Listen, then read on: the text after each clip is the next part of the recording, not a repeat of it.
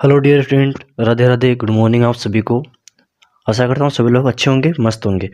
तो हमारे कल के जो अति लघु उत्तरात्मक और लघु उत्तरात्मक क्वेश्चन सारे कंप्लीट हो गए हैं और आज हम बात करने वाले हैं जो भी हमारे दीर्घ उत्तरात्मक क्वेश्चन होने वाले हैं, निबंधात्मक क्वेश्चन जो भी होने वाले हैं उनकी हम बात करने वाले हैं। तो देखिए, सबसे पहला क्वेश्चन हमारा रहने वाला वो ये है कि मैंने आपको ऑक्सीकार की परिभाषा आपको बता दी थी और हम बात करेंगे आज एल्कोहल का विकृतीकरण क्या है वो भी मैंने बता दिया था। और एक कार्बन यौगिक कालिक ज्वाला के साथ में जलता है, यह संतृप्त यौगिक है या असंतृप्त।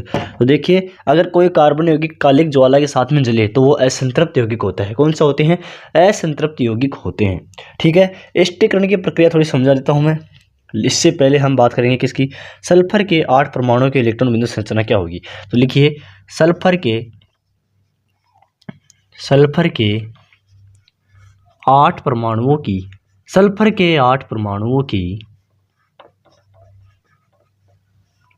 की इलेक्ट्रॉन बिंदु संरचना की बात हम करने वाले हैं। देखिए, 8 परमाणु है बात कर रहा है, तो देखेंगे कुछ इस प्रकार से हम लिखेंगे सल्फर के 8 परमाणु। तो देखिए, सल्फर का क्रमांक कितना होता है। सबसे पहले हमारा काम रहेगा क्रमांक लिखना। क्या लिखना? क्रमांक लिखना। तो क्रमांक हमारा होता है 16। और किसी भी कोष में इलेक्ट्रॉन बनने के लिए कोष होते हैं 3 प्रकार के, एल, एम और एन कोष। एल, एम, एन कोष, ठीक है ना। तो इसके अंदर इलेक्ट्रॉन कैसे भरते हैं? 2, 8 और 18। तो सबसे पहले हम इलेक्ट्रॉन भरना शुरू करेंगे इसके अंदर। तो किस प्रकार से भरे जाएंगे? इसके अंदर मैंने 2 इलेक्ट्रॉन भर दिए हैं, ठीक है, 1 और 2। ठीक है, यहाँ पर 2 मैंने फिल कर दिए हैं, यहाँ पर 8 फिल करूंगा मैं। तो 2 तो ये हो गए, 3, 4, 5, 6, 7 और 8, 9, 10, 11, 10 तक हो गए। इसके अंदर 10 हो गए ना, और 8 इसके अंदर भरेंगे तो 11, 12, 13, 14, 15 और 16। ठीक है, तो देखिए 6 इलेक्ट्रॉन इसके अंदर भर दिए और ये बाकी इसके अंदर भर दिए। अब हम देखेंगे यहाँ पर मैंने जैसे भरे तो यहाँ पर भर जाएंगे हमारे पास में 2, 8 और 6 इलेक्ट्रॉन भर जाएंगे। अब मैं बात करूँ किसकी? सल्फर की संयोजकता। अब यहाँ पर 6 मैंने भर दिए, 6 है तो 2 इलेक्ट्रॉन का साझा करेगा। यहाँ पर 6 है तो ये क्या करेगा? अपने अष्टक को पूर्ण करने के लिए, मतलब इसको अष्टक पूर्ण करना है। कितना करना है? अष्टक पूर्ण करना है। तो कोई भी परमाणु जो है, कोई भी तत्व है, वो अपने अष्टक को अगर पूर्ण करेगा, अगर उसके पास में जितने इलेक्ट्रॉन की कमी है तो वो क्या करेगा? उतने ही इलेक्ट्रॉन को साझा करेगा। तो देखिए, तो यहाँ पर देखो यह अष्टक पूर्ण करेगा। ये मत समझिए कि यहाँ पर 18 है तो 18 क्यों नहीं भरे, इसने 2 ही क्यों भर रहा है। तो देखिए, इससे हमें ये मतलब नहीं है, हमें मतलब है तो किससे है? अष्टक से मतलब है। क्योंकि कोई भी परमाणु जो है अपने अंदर इलेक्ट्रॉन फिल जब करता है तो वो अपने अष्टक के संगीत नियम से करता है। किससे? अष्टक के संगीत नियम से करता है, मतलब कि अष्टक के अनुसार अपना इलेक्ट्रॉन को फिल करता है। तो यहाँ पर देखेंगे, यहाँ पर 6 इलेक्ट्रॉन हो रहे हैं लेकिन अष्टक पूर्ण करने के लिए कितने इलेक्ट्रॉन चाहिए उसको? 2 चाहिए। तो क्या करेगा? ये 2 इलेक्ट्रॉन का साझा करेगा। किसके साथ में करेगा? वो करेगा इसके साथ में, ताकि वो क्या बना सके? बंध बना सके, सहसंयोजी बंध, आबंध, या फिर जो भी आप समझते हैं वो हम बना सकते हैं। तो देखिए, यहाँ पर 2 इलेक्ट्रॉन साझा करेगा और जो हमारी संरचना रहेगी वो किस प्रकार से रहेगी? सबसे पहले तो मैं 8 परमाणुओं का जो आपका सल्फर का ढांचा होता है वो बना लेता हूं। यहां पर देखिए 1, 2, 3, 4, 5, 6, 7 और ये 8। ये 8 परमाणु हो गए। देखिए आप ध्यान से, 1, 2, 3, 4, 5, 6 और 7 और ये 8। ठीक है, 8 हो गए ना। अब इसके अंदर क्या हो रहा है? 2 इलेक्ट्रॉन का साझा कर रहा है। 2 इलेक्ट्रॉन साझा करेंगे मतलब क्या हो गया? यहाँ पर देखिए सल्फर ये हो गया 2, 2, 4, सल्फर 2, 2, 4, सल्फर 2, 2, 4। क्योंकि यहाँ पर देखिए सल्फर में है 2, 2, 4, यहाँ पर भी सल्फर में 2, 2, 4, सल्फर में 2, 2, 4, सल्फर में 2, 2, 4 और सल्फर में 2, 2, 4। ठीक है, यहाँ पर ये आपका हो जाएगा। लेकिन अब हम करेंगे किसके? 2 इलेक्ट्रॉन साझा कर देगा है।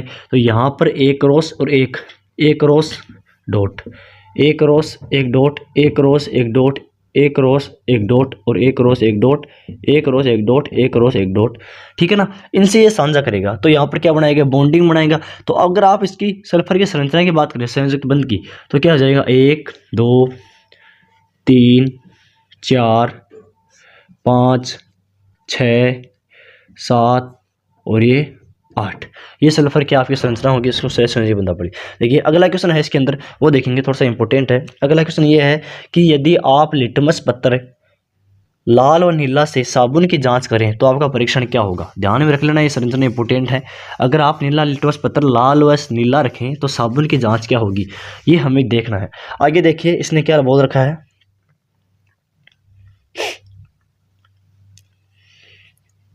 साबुन का विलयन क्षारीय होता है। अब हम जानते हैं साबुन का विलयन कैसा होता है, क्षारीय होता है। अगर लाल व नीला है, अब हमारे पास लिटमस पत्र जो है, हमें कैसे पता लगेगा कि ये साबुन का विलयन है और कैसा है, अम्लीय है या फिर क्षारीय। बेसिकली क्या होता है, जो साबुन का विलयन होता है वो क्या होता है, क्षारीय होता है। क्षारीय का मतलब क्या होता है, अम्लीय मैंने आपको बताया था, अम्लीय में तो अनिल होता है, लेकिन उसके अंदर क्या होता है, क्या होता है रे, लाल से नीला मतलब आलिनी, ठीक है ना। छलनी, छलनी मतलब कि छाल है, नहीं मतलब लाल से नीला हो जाएगा छलनी के अंदर, क्षार के अंदर। तो साबुन का विलयन क्षारीय होता है क्योंकि यह दुर्बल अम्ल है और प्रबल क्षार का लवण है, अतः यह लाल लिटमस को नीला कर देता है और नीले लिटमस पत्र को कोई प्रभाव नहीं पड़ेगा। यह एक कार्बनिक यौगिक कालिक ज्वाला के साथ जलता है, एक संतृप्त यौगिक, तो क्या कर सकते हैं, देखिए आगे। अगला प्रश्न है, सहसंयोजक यौगिक विद्युत के दुर्बल चालक क्यों होते हैं, लिखिए, इंपोर्टेंट प्रश्न है। सहसंयोजक यौगिक, सहसंयोजक यौगिक, सहसंयोजक यौगिक विद्युत के, सहसंयोजक यौगिक विद्युत के दुर्बल चालक क्यों होते हैं, दुर्बल चालक क्यों होते हैं। सहसंयोजक विद्युत के दुर्बल चालक क्यों होते हैं, क्यों होते हैं, क्यों होते हैं, उसका हम उत्तर लिखने वाले हैं, देखना ध्यान से। लिखिए कि इन यौगिकों में आयन तथा मुक्त इलेक्ट्रॉन नहीं होते। इन यौगिकों में लिख लीजिए, इन यौगिकों में आयन व मुक्त इलेक्ट्रॉन, आयन व मुक्त इलेक्ट्रॉन नहीं होते हैं, आयन व मुक्त इलेक्ट्रॉन नहीं होते हैं, जो विद्युत चालन के लिए आवश्यक हैं, जो विद्युत के चालन के लिए आवश्यक हैं, विद्युत के चालन के लिए, विद्युत के चालन के लिए आवश्यक हैं, आवश्यक हैं। तो अगर वो इलेक्ट्रॉन ही नहीं होंगे तो क्या ये विद्युत का चालन करेगा, नहीं करेगा। अगला क्वेश्चन देखिए, इंपॉर्टेंट है। अगला क्वेश्चन है, आईपीसी नाम का पूरा नाम, आप आईपीसी नाम का पूरा नाम लिख लीजिए, international union of pure and applied chemistry, अंतर्राष्ट्रीय शुद्ध अनुप्रयुक्त रसायन, छोड़ दीजिए इसको। घरों में उपयोग आने वाली गैस केरोसिन के स्टोव में छिद्र क्यों होते हैं, ये काम का क्वेश्चन नहीं है। किसकी उपस्थिति में कठोर जल में साबुन प्रभावी नहीं होता है, लिखिए, किसकी उपस्थिति में कठोर जल में साबुन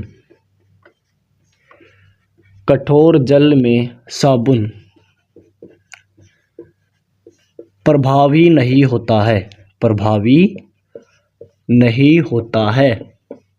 मैग्नीशियम फुटेज लवण प्रभावी नहीं होता है, तो यहाँ पे लिखेंगे कठोर जल में उपस्थित कैल्शियम मैग्नीशियम लवणों के कारण, यहाँ पे लिख लीजिए कैल्शियम व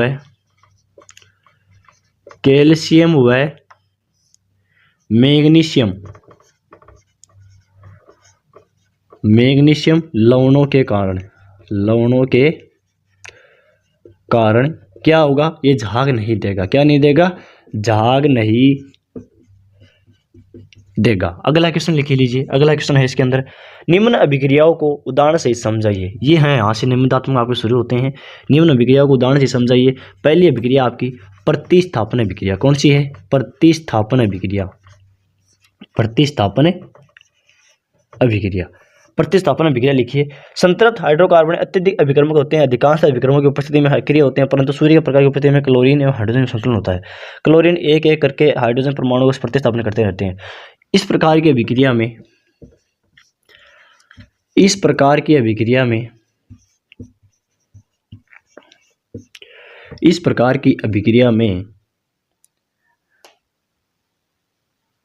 अधिकांश अभिकर्मक अक्रिय रहते हैं, अधिकांश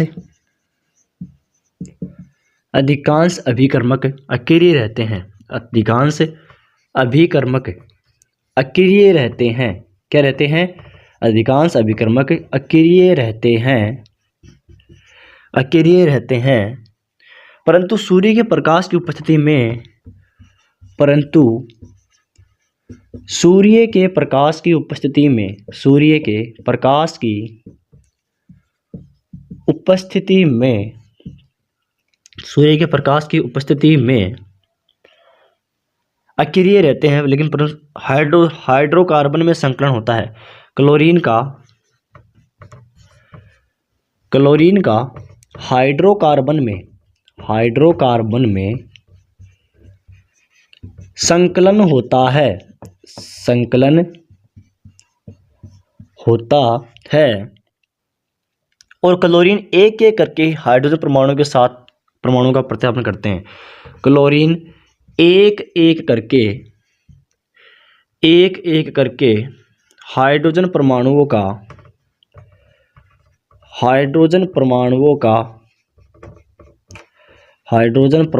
का प्रतिस्थापन करते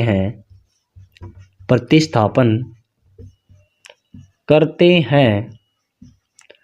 आगे देखेंगे, थोड़ा सा वेट कीजिए, मैं ऊपर से थोड़ा इसको क्लीन कर देता हूँ। एक एक करके क्या करते हैं, प्रतिस्थापन करते हैं। तो आगे क्या होगा इसके अंदर देखना, प्रतिस्थापन करते हैं और इनको प्रतिस्थापन अभिक्रिया कहते हैं। और क्या कहते हैं, इसी अभिक्रिया को प्रतिस्थापन अभिक्रिया कहते हैं। प्रतिस्थापन अभिक्रिया कहते हैं। इसका समीकरण लिख लीजिए, CH4 प्लस का Cl2। सूर्य का प्रकाश यहाँ पर होगा, सूर्य का प्रकाश की उपस्थिति में यह अभिक्रिया पूरी होगी आपकी, और यहाँ पर बन जाएगा CH3Cl प्लस का HCl। यहाँ से फिर वापस क्या करेंगे, CH3Cl प्लस का Cl2 वापस वही होगा CH2Cl2 प्लस का HCl, CH2Cl प्लस का Cl2 यहाँ से निकलेगा तो क्या होगा हमारे पास में CHCl3 प्लस का HCl, और ये बन जाएगा आपका क्लोरोफॉर्म। क्या बन जाएगा, क्लोरोफॉर्म।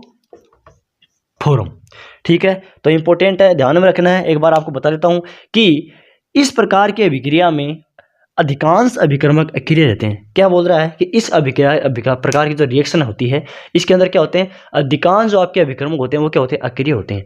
और क्या होता है, यहाँ पर जो क्लोरीन परमाणु होता है वो एक एक करके जो क्लोरीन परमाणु होता है वो हाइड्रोजन परमाणु क्या कर देता है, प्रतिस्थापन कर देता है।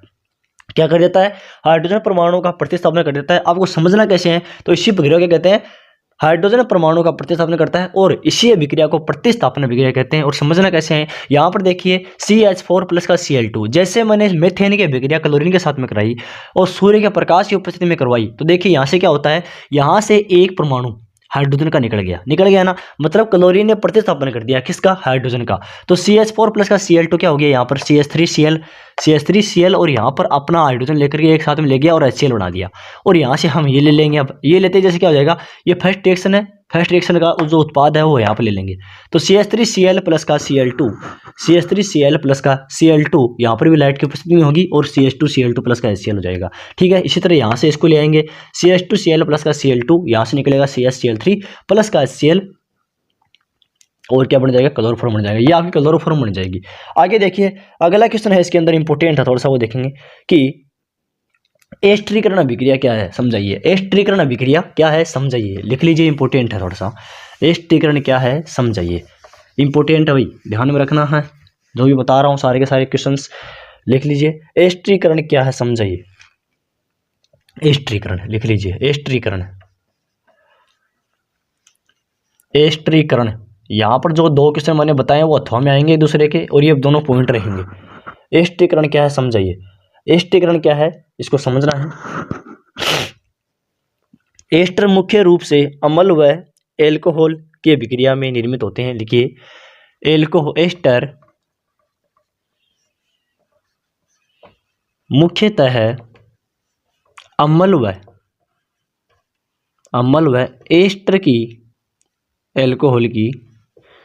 अम्ल व एल्कोहल की अभिक्रिया से निर्मित होते हैं, निर्मित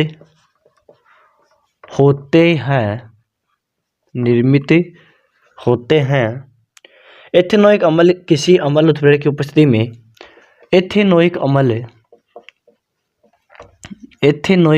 किसी अम्ल उत्प्रेरक की उपस्थिति में उत्प्रेरक की उपस्थिति में परिशुद्ध एथेनॉल से अभिक्रिया करके परिशुद्ध एथेनॉल से अभिक्रिया करके एस्टर का निर्माण करते हैं, एस्टर का निर्माण करते हैं। यह अभिक्रिया क्या कहलाती है? आपकी एस्टरीकरण कहलाती है। समीकरण लिखिए इसका CH3COOH प्लस का आपका हो जाएगा C2H5 एल्कोहल प्लस माइनस का OH। जैसे अभिक्रिया करेगा तो हमारे पास बन जाएगा CH3 C double bond O, यहाँ पर O और CH3 और प्लस का H2O। इसको समझिए। और जो ये वाला आपका दिखा रखा है ये आपका है एस्टर। क्या है? एस्टर है। देखिए इसको समझना है किस प्रकार से इसने किया है वो देखेंगे। मुख्यतः अम्ल व एल्कोहल की अभिक्रिया से एस्टर मुख्यतः क्या करते हैं? अम्लों के साथ में जो अभिक्रिया करते हैं, किसके साथ में? अम्ल जो है वो आपके एल्कोहल के साथ में रिएक्शन करते हैं। अम्ल जैसे ही एल्कोहल के साथ में अभिक्रिया करते हैं तो क्या होता है? यहाँ पर एथेनोइक अम्ल के साथ साथ में एक एस्टर का निर्माण होता है। ठीक है ना? किसका निर्माण होता है? एस्टर का निर्माण होता है। देखिए एस्टर मुख्यतः अम्ल व एल्कोहल की अभिक्रिया से निर्मित होते हैं। एथेनोइक अम्ल किसी अम्ल उत्प्रेरक की उपस्थिति में परिशुद्ध एथेनॉल से अभिक्रिया करके क्या बनाते हैं? एस्टर बनाते हैं। और इसी अभिक्रिया को क्या कहते हैं? हम एस्टरीकरण कहते हैं। जिसमें एस्टर का निर्माण होगा वो हो जाएगा आपका एस्टरीकरण अभिक्रिया। ठीक है, तो यहाँ पर समझेंगे, कैसे समझेंगे? CH3COOH ये आपका है एसिटिक अम्ल। क्या है? एसिटिक अम्ल है और इसकी एल्कोहल के साथ में मैंने क्या करवा दी? अभिक्रिया करवा दी। ये आपका रहेगा इसके अंदर एसिटिक अम्ल। कौन सा अम्ल है ये? एसिटिक अम्ल है। और एसिटिक अम्ल की अभिक्रिया जैसे ही हम किससे करवाएंगे? एल्कोहल से करवाएंगे। किससे? एल्कोहल से। तो देखिए यहाँ से क्या होगा? CH3 सेम टू सेम है और यहाँ पर CO ले लिया मैंने, CH3 C double bond O, यहाँ से OH बचा और OH ये बच गया। अब यहाँ से मैं एक H लूँगा और यहाँ से ये OH लूँगा तो यहाँ पर क्या हो जाएगा? H2 हो जाएगा। क्या निकला? ये H2O निकलेगा। ठीक है, अब बचा क्या यहाँ पर? एक तो C बच गया, तो ये तो आप गया C हो गया। और क्या बच गया? CH2 बच गया। तो यहाँ पर देखिए CH2 और H5, CH2H5 देखिए 3 तो ये, 2 तो ये हो गए और 3 ये हो गए, 5 और C2 2 हो गई ये, तो C2H5। ठीक है ना? ये क्वेश्चन आपका हो जाएगा। आगे देखिए, आगे इसके अंदर अगला क्वेश्चन है, निम्नलिखित में एथेन कौन सी है? इसमें उपस्थित सहसंयोजक बंधों की संख्या लिखिए। ये क्वेश्चन थोड़ा सा इंपॉर्टेंट है, इसको आप कर लीजिए। एथेन, एथीन, मेथेन, मेथिन, प्रोपेन, इसके अंदर क्या करता है? सहसंयोजक बंधों की संख्या पूछता है, जो कि इंपॉर्टेंट है। हाल ही में क्वेश्चन आया हुआ भी है और 2016 में 2024 में भी आया हुआ है। तो अगला क्वेश्चन देखेंगे हम, सहसंयोजक बंधों की संख्या कैसे ज्ञात करते हैं उसको हम समझने वाले हैं। सहसंयोजक बंधों की संख्या, जो बॉन्ड है, कोवेलेंट बॉन्ड है, उनकी संख्या को हम कैसे निकालेंगे? तो देखिए पहला है इसके अंदर आपका C2H2, दूसरा है आपका C2H4 और तीसरा है आपका यहाँ पर C2H6 और चौथा है C3H8। पहले इसका नाम लिखेंगे। ये नाम क्या होता है मेरे को बता दीजिए आप कमेंट करके कि इनके नाम क्या होते हैं। लिख लीजिए, पहले श्रृंखला पूरी कर लीजिए, फिर देखेंगे। एल्केन का सूत्र क्या होता है? CnH2n होता है, उसके अंदर हम रखेंगे तो क्या हो जाएगा? ये हमारे पास में एथेन है। क्या है? C2H2 वाला क्या है? एल्केन का है। तो 3 नंबर जो है ये तो आपका एथेन है। क्या है? एथेन है। अगर ये एथेन है तो यहाँ पर कम कर रहा हूँ मैं, और C2H2 क्या हो जाएगा? एथाइन हो जाएगा। लिख लीजिए इनको, एथाइन। और ये क्या हो जाएगा? एथीन हो जाएगा। क्या हो जाएगा? एथीन हो जाएगा। और ये हो जाएगा प्रोपेन। क्या हो जाएगा? प्रोपेन। अब सहसंयोजक बंधों की संख्या लिख लीजिए इसके अंदर। इसमें एथेन की बात मैं करूं, सबसे पहले एथेन की नहीं, एथाइन की बात करेंगे। तो एथाइन में आपके देखिए त्रिबंध होगा, एक और एकल बंध होंगे 2। इसके अंदर लिखिए त्रिबंध त्रिबंध रहेगा एक और एकल बंद रहेंगे आपके 2। लिख लीजिए, इनको याद कर लेना, लिख लेना इनको, है ना। अगला है आपका एथीन। एथीन में देखिए ये रहा, एथीन में बता रहा है ये द्विबंध 1 और एकल बंध 4। द्विबंध 1 और एकल बंध रहेंगे आपके 4। बताऊंगा मैं, पूरा सूत्र लिखूंगा इसका, पहले सूत्र लिख लीजिए आप। अगला है एथाइन। एथाइन में देखिए, एथाइन में आपके त्रिबंध 1 एकल बंध 2। त्रिबंध 1 और एकल बंध है 2। त्रिबंध 1 और एकल बंध है 2 एथाइन में। एथीन में भी हो गया, एथाइन में भी हो गया। और मैंने एथीन की बात बता दी होगी शायद आपको, एक द्विबंध और एक कलबंध। और यहाँ पर एथेन, एथेन का मैंने बताया आपको, क्या बताया है एथेन का, शायद मैंने नहीं बताया आपको एथेन का। C2H4 है ना, 3 नंबर का एथेन है शायद, 3 नंबर का एथेन ये रहा। एथेन में आपके 2 कार्बन है, तो 7 सहसंयोजक बंध, हाँ इसमें 7 सहसंयोजक बंध लिखिए, सॉरी ये गलत है, यहाँ पर हो जाएंगे 7 सहसंयोजक बंध, सहसंयोजक बंध। अब इनका सूत्र लिख लीजिए, संरचना सूत्र। और प्रोपेन में कितना है, एकल बंध 10। प्रोपेन में कितने हैं, एकल बंध है 10। अब इनका सूत्र लिख लीजिए। प्रोपेन का तो ये जाएगा आपका ये C और C, H H H H H और H, यहाँ पर भी H आ जाएगा और यहाँ पर भी H, ये तो जाएगा प्रोपेन। अब ऐसे इसको लिखेंगे C H H H H H और H, ये प्रोपेन हो जाएगा। अब बात करूँ मैं किसकी, एथीन की। एथीन के अंदर हम बात करेंगे किसकी, यहाँ पर C डबल बॉन्ड C और ये H डबल बॉन्ड है ना, एथीन की बात कर रहा है, तो ये आपका हो जाएगा। यहाँ पर एथाइन ट्रिपल बॉन्ड, तो यहाँ पर देखिए C ट्रिपल बॉन्ड C, और यहाँ पर कार्बन की वैलेंसी पूरी हो रही है, तो यहाँ पर भी हाइड्रोजन और यहाँ पर भी हाइड्रोजन।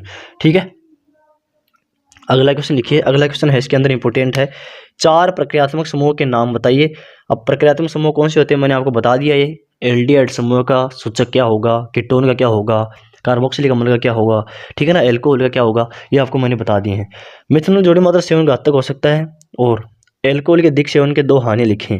एल्कोहल के साबुन क्रियाविधि को समझाइए। अब अगला क्वेश्चन हमारा साबुन क्रियाविधि, इंपॉर्टेंट क्वेश्चन है, ये तो याद कर लेना कि इथेनॉल की मात्रा या फिर एल्कोहल की अधिक मात्रा लेने पर हानिकारक क्यों होता है, सबको पता है आपको, ठीक है ना। इसमें हमारा मानसिक संतुलन बिगड़ जाता है, और ये हमारे शरीर की बाहरियत को और अंदर के पेशी होते को उनको नुकसान पहुंचाता है, ठीक है ना। इसके अंदर आप लिख लेंगे। अगला क्वेश्चन है आपका, साबुन की क्रियाविधि बताइए व मिसेल संरचना को चित्रित कीजिए। ये क्वेश्चन इंपॉर्टेंट है, आप खुद करेंगे इसको अपने नोट्स से, क्योंकि जिसका सबका अलग अलग कराया हुआ है, और किसका किसी का छोटा है किसी का बड़ा हुआ कराया हुआ है, ठीक है ना। तो साबुन की क्वेश्चन लिख लीजिए आप, साबुन की क्रियाविधि, क्योंकि यहाँ पर मैं कड़ा नहीं सकता, बड़ा पॉसिबल नहीं है इतना बड़ा, है ना। क्रियाविधि बताइए, आप अच्छे से आप ही इसको तैयार कर लेना, 3-4 बार लिखोगे तो याद हो जाएगा। बताइए तथा मिसेल संरचना का चित्रण कीजिए। मिसेल संरचना का चित्रण कीजिए, चित्रण कीजिए, ठीक है। अगला क्वेश्चन देखिए, अगला है इसके अंदर, निम्नलिखित यौगिकों के आयुपेशी नाम लिखिए। ये थोड़ा इंपॉर्टेंट लिख लीजिए, आयुपेशी नाम, आयुपेशी नाम। अब हम आयुपेशी नाम लिखेंगे। पहला है हमारे पास में CH3 C double bond CH2, और यहाँ पर आपका दे रखा है इसने CH3 दे रखा है, क्या दे रखा है CH3। पहला पॉइंट तो ये है। दूसरा है CH3 CH double bond CH3 CH और CH का 3। अगला है इसके अंदर सूत्र C, सूत्र नंबर C जो आपका ये रहेगा CH3 CH CH2 और CH का 3, तो यहाँ पर आपका है क्लोरीन। इसके नीचे भी कोई है क्या, देखते हैं एक बार। हाँ, तो देखिए यहाँ से मैं बात करूँ, बंद से स्टार्टिंग होगी नंबरिंग, कहाँ से, बंद से, तो 1 नंबर 2 नंबर और 3 नंबर, यहाँ से नंबरिंग कर लेते हैं। तो नंबरिंग कहाँ से शुरू होगी, 1 नंबर 2 नंबर 3 नंबर और 4 नंबर। यहाँ से नंबरिंग शुरू करेंगे तो कहाँ से होगी, 1 नंबर 2 नंबर 3 नंबर और 4 नंबर। अब देखो, अब इसका नाम लिखिए आप। इसका नाम कैसे लिखेंगे आप, एक बार वेट कीजिएगा थोड़ा सा, मैं इंक डाल लेता हूँ, मार्कर थोड़ा सा मार्कर लग लेता हूँ मैं, क्योंकि अभी इसकी जो इंक है वो ख़त्म हो चुकी है थोड़ी सी। आगे देखेंगे, ये रहा, आप देखेंगे। अब हमें इसके आईपीसी नाम लिखने हैं, तो देखिए कैसे लिखेंगे। जैसे श्रृंखला का नामांकन, मैंने सबसे पहला नियम क्या होता है आपका, श्रृंखला का नामांकन करना है, और श्रृंखला का नामांकन उसी तरह से करना है जिधर से जो आपका बंद है या फिर कोई प्रतितत्व में उसको न्यूनतम अंक मिले, ठीक है ना। तो देखिए यहाँ से मैं शुरू करता हूँ, तो यहाँ पर देखेंगे 1 2 3। अब यहाँ पर 2 पर क्या है, मेथेन है, क्या है, मेथीन है, क्या है, मेथीन है। तो यहाँ पर देखेंगे मेथ एथ प्रोप, तो क्या हो जाएगा ये, प्रोपेन। प्रोपेन क्या हो जाएगा रे, प्रोपेन हो जाएगा, प्रोपेन हो जाएगा। लेकिन मैं इसको बोलूँगा क्या, यहाँ पर क्या बोलेंगे, 2 मेथिल प्रोप इन, क्या बोलेंगे, 2 मेथिल, यहाँ पर क्या है, मेथिल है, क्योंकि एक हाइड्रोजन कम है तो इल हो जाएगा ना। तो यहाँ पर लिखेंगे 2 मेथिल प्रोप 1 इन, प्रोप 1 इन, या फिर आप बोल सकते हो प्रोपीन, क्या बोल सकते हो, प्रोपीन, ठीक है। अगला है 1 2 3 4, तो यहाँ पर लिखेंगे मेथ एथ प्रोप ब्यूट, तो क्या बोलेंगे, ब्यूट 2 इन, क्या बोलेंगे, ब्यूट 2 इन, या फिर ब्यूटीन, ब्यूट 2 इन, या फिर क्या बोलोगे, सीधा आप ब्यूटीन ही बोल सकते हो उसको, क्या बोल सकते हो, ब्यूटीन, ब्यूटीन 2 ब्यूटीन, ठीक है ना, क्योंकि 2 नंबर पर जो बॉन्ड है उसकी स्थिति बतानी जरूरी है। 3 नंबर का है आपका, देखेंगे मेथ एथ प्रोप ब्यूट, यहाँ पर 2 क्लोरो, क्योंकि 2 नंबर पर देखो क्या है, क्लोरीन है, तो क्लोरीन का क्या होता है, 2 chloro meth eth prop butane, में 2 क्लोरो ब्यूटेन, क्या हो जाएगा, 2 क्लोरो ब्यूटेन। आगे देखिए अगला क्वेश्चन है साबुन व अपमार्जक में अंतर बताइए। ये आप कर लेंगे थोड़ा सा, लेकिन मैं करा देता हूँ आपको, ठीक है ना। लिख लीजिए साबुन और अपमार्जक में अंतर, साबुन और अपमार्जक में अंतर। आगे देखिए अगला क्वेश्चन लिखेंगे हम, साबुन और अपमार्जक में अंतर। लिखिए साबुन व अपमार्जक में, साबुन व अपमार्जक में अंतर। साबुन और अपमार्जक में अंतर हम लिखने वाले हैं, यहाँ पर लिख लीजिए आपका साबुन हो जाएगा, यहाँ पर क्या हो जाएगा आपका साबुन। इंपॉर्टेंट क्वेश्चन है, आता है हर बार, है ना, ये याद रखना।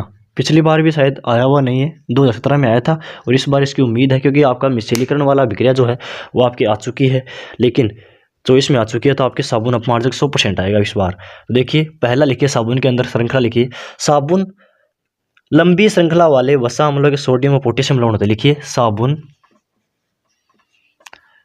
लंबी श्रृंखला वाले वसा अम्लों के सोडियम व पोटेशियम लवण होते हैं, सोडियम व पोटेशियम लवण होते हैं, क्या होते हैं, सोडियम व पोटेशियम लवण होते हैं,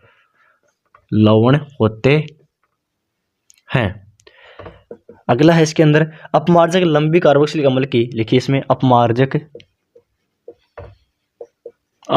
लंबी कार्बोक्सिलिक अम्ल की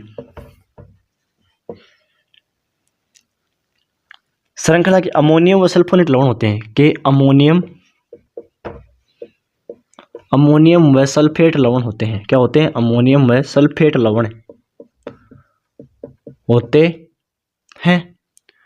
सेकेंड पॉइंट है इसका, साबुन कठोर जल के साथ में झाग नहीं देते। देखिए साबुन कठोर जल के साथ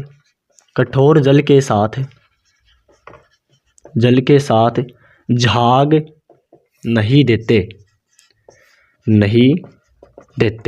इसमें लिख लीजिए अपमार्जक कठोर जल के साथ में क्या देते हैं, झाग देते हैं, ये लिख झाग देते हैं। तीसरा पॉइंट है आपका, साबुन के वनस्पति तेल या जंतु वसा में बनाया जाता है। साबुन वनस्पति तेल या जंतु वसा से बनाया जाता है, जंतु वसा से क्या किया जाता है, बनाया जाता है। लेकिन अपमार्जक की बात करूं तो ये हो जाए संश्लेषित अपमार्जक कोयले व पेट्रोलियम के हाइड्रोकार्बन से बनते हैं। ये कोयले व पेट्रोलियम के पेट्रोलियम के हाइड्रोकार्बन से बनते हैं, हाइड्रोकार्बन से बनते हैं। लास्ट पॉइंट लिखेंगे इसका, यह जल प्रदूषण नहीं फैलाते हैं। ये लिखिए, ये जल प्रदूषण नहीं फैलाते, नहीं फैलाते हैं। लेकिन ये 4 नंबर क्या लिखेंगे, ये जल प्रदूषण फैलाते हैं। ठीक है, आगे देखिए, अगला क्वेश्चन है समझाते श्रेणी के 3 गुणधर्म लिखिए। इंपोर्टेंट क्वेश्चन है। फिर हम बात करेंगे एथेनॉल से एल्कोहल अम्ल नहीं, इंपोर्टेंट नहीं, छोड़िए इसको। अगला क्वेश्चन रखेंगे हम, अंगीठी में जलने वाला कोयला लाल रंग के समान उज्जवल होता है, बिना ज्वाला के उष्मा देता है, ऐसा क्यों होता है? भौतिक रासायनिक गुणों के आधार पर एथेनॉल व एथेनॉल के अम्ल में आप कैसे अंतर करेंगे? ये थोड़ा सा इंपॉर्टेंट है। तो हम 2 क्वेश्चन और बताने वाला हूं मैं। इसके अंदर आपको समझाते श्रेणी तो मैं बताऊंगा, और जो अगला क्वेश्चन है वो आपको खुद करना है, ठीक है ना। तो देखिए, अगला क्वेश्चन हमारा रहेगा सजातीय श्रेणी का, सजातीय श्रेणी का। यहाँ से याद रख लेना कि साबुन लंबी श्रृंखला वाले वसा अम्ल व सोडियम पोटेशियम लवण होते हैं, अपमार्जक लंबी श्रृंखला वाले कार्बोक्सिलिक अम्ल अमोनियम सल्फेट लवण होते हैं। साबुन कठोर जल के साथ में झाग देते हैं, नहीं देते हैं, और अपमार्जक आपके झाग देते हैं। साबुन वनस्पति तेल या जंतु वसा से बनाया जाता है, और कोयला व पोटेशियम के हाइड्रोकार्बन से बनते हैं अपमार्जक। और ये क्या करते हैं, जल प्रदूषण नहीं फैलाते हैं, लेकिन जो अपमार्जक आपका होता है ये आपका जल प्रदूषण फैलाता है। आगे देखिए, सक्रियता श्रेणी क्या होती है, सजातीय श्रेणी, उसको हम देखेंगे। सजातीय श्रेणी इंपोर्टेंट है, क्वेश्चन बनता है एग्जाम में, और इस बार शायद इसकी चांसेज हैं, एक तो साबुन अपमार्जक में अंतर के और सजातीय श्रेणी के। अगला क्वेश्चन देखिए, इसके अंदर सजातीय श्रेणी क्या, बस एक क्वेश्चन है और अगला क्वेश्चन लिखा दूंगा मैं, वो आपको खुद करना है। सजातीय श्रेणी देखिए, खुद ही कर लेना, शायद ही है ना, कर लोगे आप, क्यों टाइम खराब करें अपना ना। सजातीय श्रेणी, बस इसकी परिभाषा लिख लीजिए आप। सजातीय श्रेणी क्या है, इसके 3 गुणधर्म, 3 गुणधर्म पूछेगा, याद रखना भाई, 3 गुणधर्म, ठीक है ना। कार्बनिक यौगिकों की लिखी परिभाषा लिख लीजिए इसकी, कार्बन यौगिकों की, कार्बन यौगिकों की, कार्बन यौगिकों की ऐसी श्रृंखला, ऐसी श्रृंखला जिसमें कार्बन श्रृंखला में स्थित, जिसमें कार्बन श्रृंखला में स्थित, कार्बन श्रृंखला में स्थित हाइड्रोजन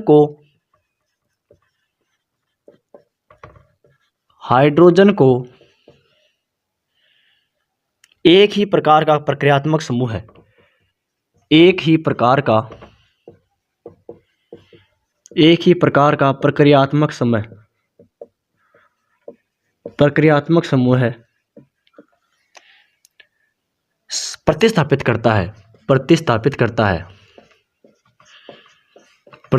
करता है, सजातीय श्रेणी कहलाती है। क्या होती है, सजातीय श्रेणी कहलाती है। इसके गुणधर्म सुन लीजिए। पहला है, जब किसी समझाती श्रेणी में आणविक द्रव्यमान बढ़ता है तो भौतिक गुण तो क्रमता दिखाई देती है, क्योंकि आणविक द्रव्यमान बढ़ने से गलनांक उतना वृद्धि होती है। तो यहाँ पर लिखिए, आणविक द्रव्यमान बढ़ेगा तो क्या होगा, यहाँ पर आपका समानुपाती होगा किसके, गलनांक और क्वथनांक, गलनांक और क्वथनांक भी क्या होगा आपका, बढ़ेगा, ठीक है ना। सेकंड पॉइंट, गुणधर्म जो है क्या है, किसी विशेष विलायक में विलेयता भी क्रमबद्धता दिखती है, विलेयता की क्रमबद्धता दिखती है। क्या दिखती है, क्रमबद्धता दिखती है, कि किस प्रकार से इसे क्रम है विलय होने का। 3 नंबर पॉइंट है, प्रक्रियात्मक समूह के द्वारा सुनिश्चित किए जाने वाले रासायनिक गुण समझाती श्रेणी में एक समान होते हैं। यहाँ पर लिखिए, रासायनिक गुण एक समान होते हैं, तत्व के रासायनिक गुण एक समान होते हैं, रासायनिक गुण एक समान होते हैं। लास्ट क्वेश्चन है आज का हमारा, वो आप लिख लीजिए कि भौतिक व रासायनिक गुणों के आधार पर एथेनॉल एवं एथेनॉइक अम्ल से आप कैसे अंतर करेंगे। भौतिक व रासायनिक गुणधर्मों के आधार पर, रासायनिक गुणों के आधार